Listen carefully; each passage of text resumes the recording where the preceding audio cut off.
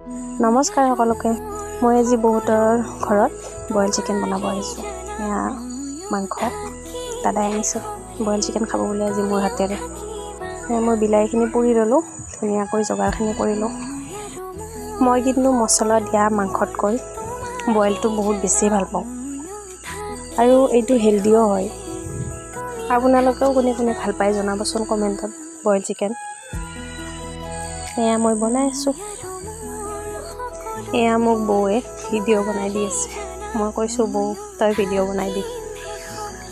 বৌ পিছে ভিডিঅ'ত নুঠেই, বেয়া পায় এইবিলাক।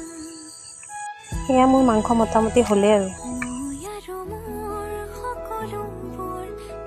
তাৰপিছত এইফালে জিও আৰু আইজনীয়ে পূৰা খেলাত ব্যস্ত, পূৰা এনজয় কৰিছে।